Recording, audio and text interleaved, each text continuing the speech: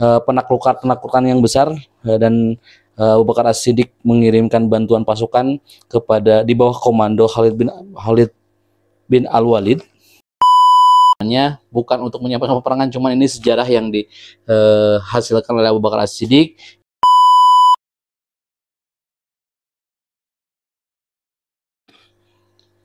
Assalamualaikum warahmatullahi wabarakatuh. Bismillahirrahmanirrahim. Alhamdulillahirrabbilalamin. Wassalatu wassalamu ala rasulillahi ajmain. Amma ba'du. Pertama, marilah kita panjatkan puji syukur kita ke Allah Subhanahu wa taala yang mana alhamdulillah masih diberikan sebuah nikmat untuk menjalankan beberapa aktivitas kita di luar ataupun di dalam rumah. Salawat beserta salam semoga tetap tercurah limpahkan kepada Nabi besar Nabi Muhammad SAW, kepada para keluarga, para sahabat, tabi'in, atba'ut tabi'in, sampai kepada kita umatnya zaman yang insya Allah mudah-mudahan bisa terus menikmati perjalanan hidup ini, perjuangan hidup ini, dan insya Allah mudah-mudahan nanti di hari akhir, di hari kiamat atau di hari perhitungan kita diberikan syafaat oleh Rasulullah SAW. Amin ya Allah ya Rabbal Alamin. Melanjutkan video sebelumnya tentang 38 sahabat yang dijamin surga. Ini saya lupa video keberapa, tapi insya Allah saya kaitkan episode-episodenya berlanjut dengan video-video baru yang berhubungan dengan 38 sahabat Nabi yang dijamin masuk surga.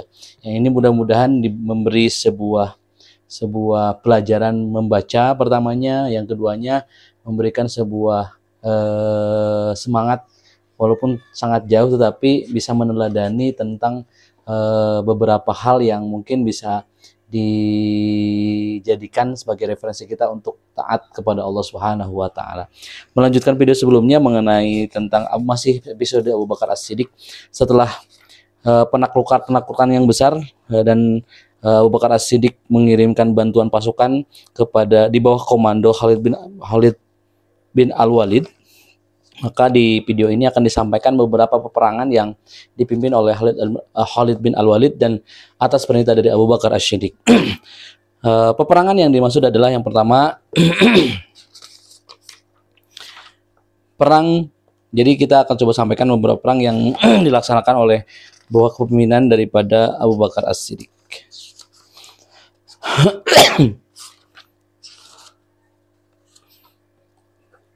Yang pertama adalah Perang Jatus Salasil, bulan Safar 12 Hijriah. Yang kedua Perang Al-Mazdar, bulan Safar 12 Hijriah.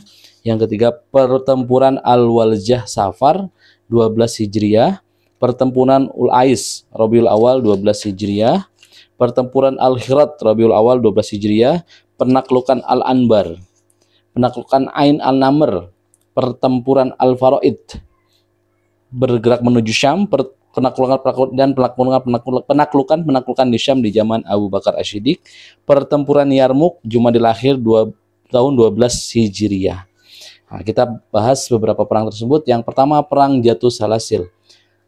Perang ini juga disebut Perang Hazimat karena dikaitkan dengan nama sebuah desa yang paling dekat dengan tempat peristiwanya pada tahun 12 Hijriah. Ini adalah salah satu pertempuran paling penting yang dijalani oleh Khalid bin Al-Walid.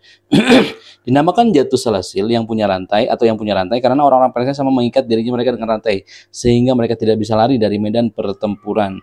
Ibnu Al-Atsir Al-Kamil Jilid 2 halaman 262. Sebelum pertempuran ini dimulai, Khalid bin Al-Walid berkirim surat kepada gubernur wilayah Al-Faris, Hurmuz. Dalam surat ini Khalid berkata kepada sang gubernur, "Amma ba'du, masuklah ke dalam agama Islam, niscaya kamu akan selamat, atau mintalah jaminan keamanan untuk dirimu serta kaum kamu dan pernyataan untuk bersedia membayar zizyah. Kalau tidak, maka salahkanlah dirimu sendiri. Aku akan datang dengan membawa orang-orang yang mencintai kematian sebagaimana kalian mencintai kehidupan."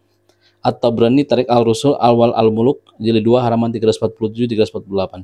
Rupanya Hurmuz memilih berperang, maka tak pelak meletuslah api peperangan yang dinamakan Jatus Salasil. Hurmuz keluar dari markas pasukannya dan mengajak Khalid bin Al-Walid duel. Ia dan pasukannya setuju untuk menipu Khalid, tetapi Khalid berhasil membunuhnya. Al-Qaqa' bil Umar dan salah seorang pasukan berani mati kaum muslimin berserentak menghambur maju ke arah barisan pasukan yang ingin melindungi Al-Faris sehingga mereka semua terbunuh. Kemudian berlanjut pertempuran sengit yang berlangsung selama sehari semalam dan berakhir dengan tewasnya sebagian besar pasukan utama Hurmuz, sehingga pasukan yang masih tersisa lari tunggang langgang. Al-Mustana bil Harisah melakukan pengejaran dan berhasil menghabisi mereka. At-Tabrani Tarik al-Rusul Awal al-Muluk jilid 2 349 sampai 350. Ibnu al-Asir al-Kamil jilid 2 halaman 262. Orang-orang Arab yang tinggal di wilayah tersebut merasa gembira dengan tewas Hurmuz karena dianggap sebagai penguasa paling culas terhadap orang-orang Arab yang berkuasa di wilayah perbatasan. Ia sering memperlakukan mereka dengan kejam sampai-sampai keculasannya dijadikan peribahasa mereka biasa mengatakan lebih culas daripada Hurmuz dan lebih kufur daripada Hurmuz. Itu yang pertama, perang Jatus Salasil tahun 12 Hijriah bulan Safar. Yang kedua, perang Al-Mazar. Perang ini juga disebut sebagai perang Hazimat karena dikaitkan dengan nama sebuah desa yang paling dekat dengan tempat peristiwanya. Sama bulan Safar tahun 12 Hijriah juga. Pihak Persia menyusun kembali barisan pasukan mereka. Mereka mendapatkan pasukan baru dari Raja Arsir di bawah komando Panglima Qorin bin Frans yang harus bertemu dengan pasukan kaum muslimin dengan pertempuran Al-Mazjar. Dalam pertemuan ini, Khalid bin Al-Walid menggunakan pola-pola strategi yang sama seperti yang ia gunakan dalam pertempuran sebelumnya, yaitu ia harus bisa lebih dulu membunuh panglima pasukan musuh karena langkah ini akan berpengaruh besar dalam melemahkan pasukan mentalnya dan sekaligus dapat mendongkrak mental serta semangat pasukan kaum muslimin. Pasukan kaum muslimin langsung menyerang Panglima Qorin dan berhasil menewaskannya. Perang berlangsung cukup sengit, posisi pasukan musuh terdesak. Mereka berlari ke segala penjuru. Mereka tidak ada yang selamat kecuali yang berhasil naik kapal menuju tepi sungai Efrat. Jumlah korban tewas di pihak pasukan musuh mencapai 30.000 personel. Ini belum termasuk yang tewas karena tenggelam di dasar sungai. Kemudian pasukan kaum muslim bergerak menuju mereka, terus sukses meraih kemenangan demi kemenangan dalam perjalanan mereka ke dalam Al-Hirat.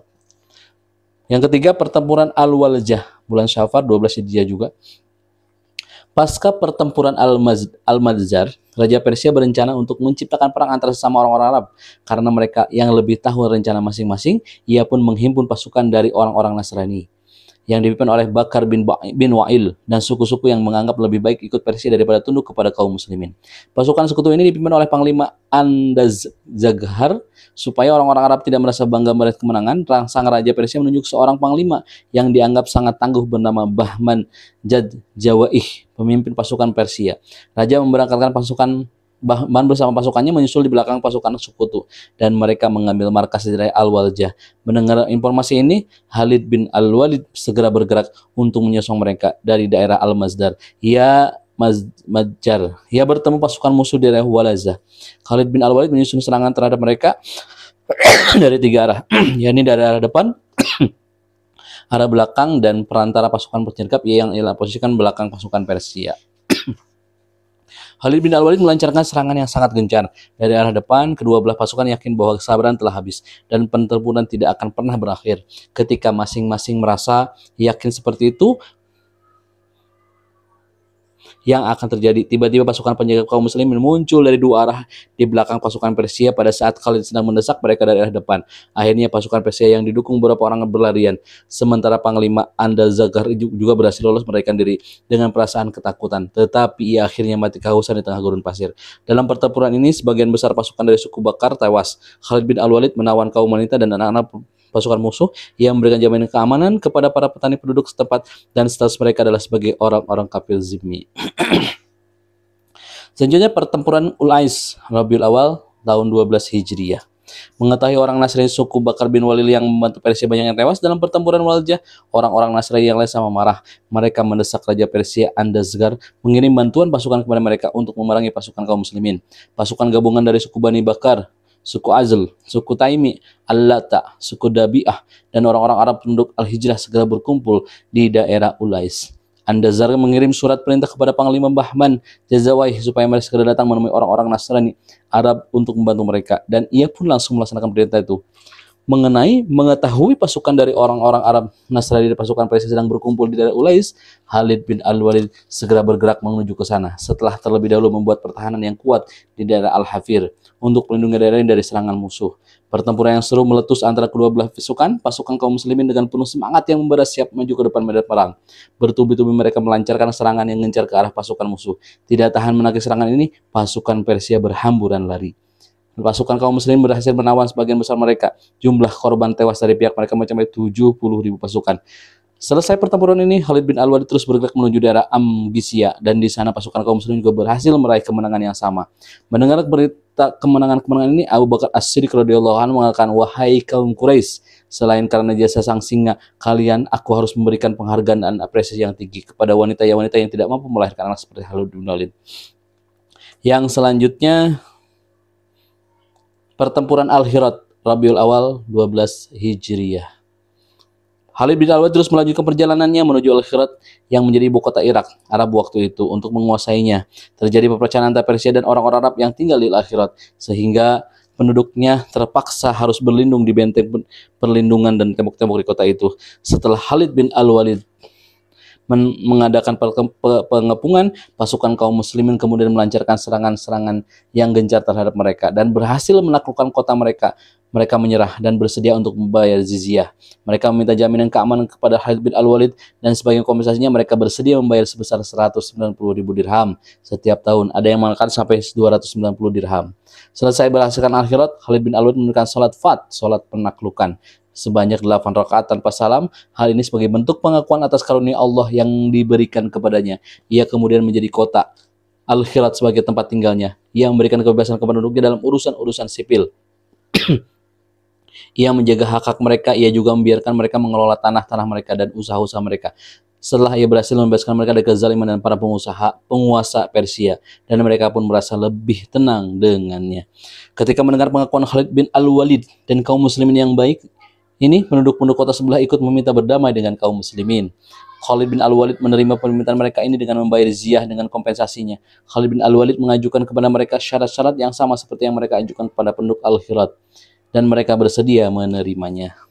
Penaklukan Al-Anbar, sebuah kota yang terletak di sungai Efrat di sebelah barat Baghdad.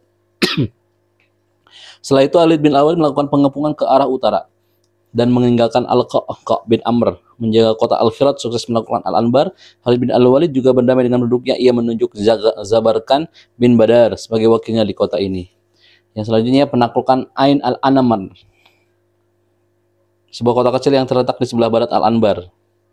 Selanjutnya orang-orang Persia dan prasukur Arab mendukung mereka berkumpul di daerah Ain Al-Anamar untuk mengadakan serangan balasan ke pasukan kaum muslimin, tetapi Khalid bin Al-Walid berhasil mengalahkan mereka setelah menawan panglima mereka bernama Iqad bin Abu Ifad. Mendengar peristiwa ini tidak menyenangkan ini, penguasa wilayah tersebut bernama Harun bin Bahram berkebangsaan Persia lari meninggalkan istana bersama pasukannya sementara penduduknya menyerah. Pertempuran Al-Faraid. Selanjutnya Khalid bin Al-Walid bergerak menuju Al-Faraid, di mana yang terletak di perbatasan Syam, Irak, dan semenanjung Arabia. Di tempat ini berkumpul pasukan Romawi Persia dan orang-orang Arab dari suku Taghlab serta suku Ibad An-Nabr. Khalid bin Al-Walid bermaksud menyerbu mereka. Meletus pertempuran cukup sengit antara mereka dengan pasukan kaum muslimin, dan pertempuran ini dimenangkan oleh kaum muslimin. Kaum muslimin secara telak. 1.000 pasukan musuh tewas. Peristiwa terjadi pada bulan Zulqa'dah tahun 12 Hijriyah. Dengan demikian kami mengatakan bahwa Khalid bin Al-Walid berhasil menaklukkan kota tersebut dengan menyeberangi sungai Efrat dan sungai Ablah ke Faraid. Penaklukan di kota Syam pada zaman Abu Bakar. Pada awal tahun ke-13 Hijriah, Khalifah Abu Bakar As-Siddiq menyiapkan 4 pasukan menunjuk seorang panglima untuk masing-masing dan mengarahkan mereka ke titik-titik sasaran tertentu dari negeri Syam. Berikut adalah pasukan-pasukan tersebut. Pertama, pasukan Abu Ubaidah bin Al-Zarrah dengan misi melakukan Hamas. Yang kedua, penaklukan Yazid bin Abi Sufyan dengan misi menaklukkan Damaskus.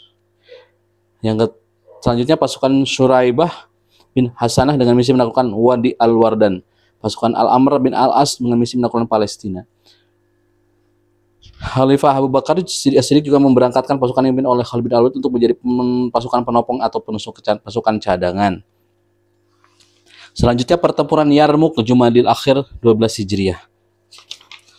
Pasca para panglima pasukan kaum muslimin merasakan adanya ancaman ketidakkompakan mereka sehingga mereka harus berkirim surat.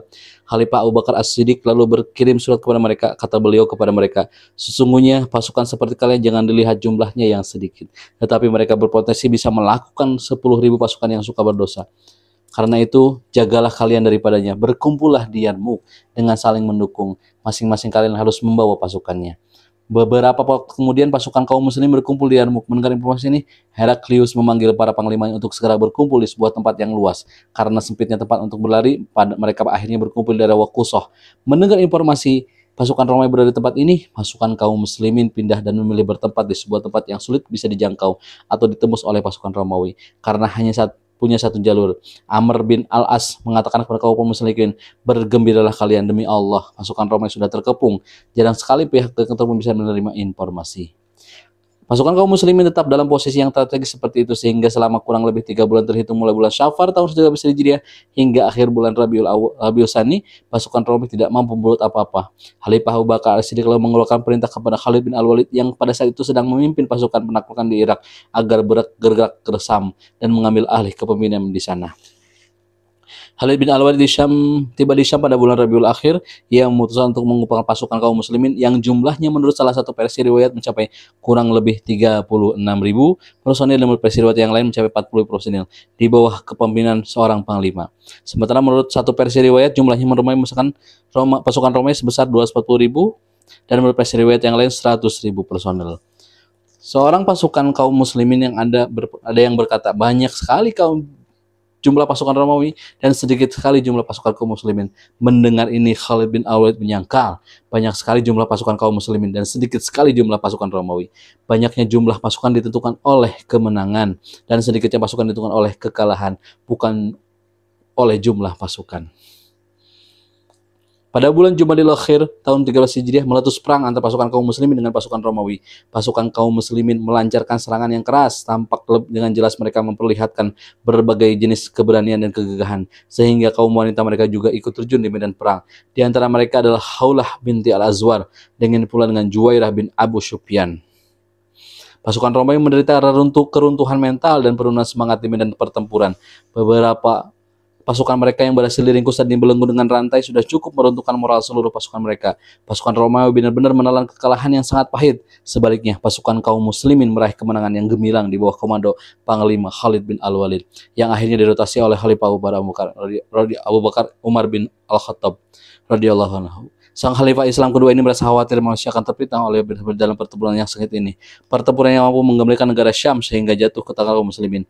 Ia juga ini memberitahukan kepada kaum muslimin bahwa sejatinya kemenangan itu berasal dari sisi Allah Subhanahu wa taala. Dalam pertempuran ini Romawi harus kehilangan 100.000 pasukan yang tewas, sementara kaum muslimin hanya kehilangan kurang lebih 3.000 pasukan yang tewas. Pertempuran ini meninggalkan pengaruh yang sangat mendalam pada jiwa orang-orang Romawi. Mental mereka mengalami keruntuhan yang cukup fatal. Setelah itu mereka tidak punya kepercayaan untuk berperang lagi melawan pasukan kaum muslimin. Meskipun jumlah pasukan mereka sangat banyak, sebab beberapa kali mereka menderita kekalahan menghadapi kaum muslimin. Jadi untuk video ini menyampaikan tentang peperangan di bawah Khalifah Abu Bakar tetapi dipimpin oleh Khalid bin Al-Walid. Yang insya Allah mudah-mudahan nanti mungkin di halaman selanjutnya akan disampaikan. Jadi peperangan ini di video ini hanya disampaikan peperangannya, bukan untuk menyampaikan peperangan, cuman ini sejarah yang dihasilkan oleh Abu Bakar As-Siddiq yang mudah-mudahan bisa memberikan sebuah semangat kita untuk tetap belajar membaca, terus membaca, yang mudah-mudahan pembacaan ini bisa memberikan manfaat tentang kebaikan atau keistimewaan dari sahabat Abu Bakar As-Siddiq. Benarnya daripada Allah Subhanahu wa taala, saya Nasir pribadi. Wassalamualaikum warahmatullahi wabarakatuh.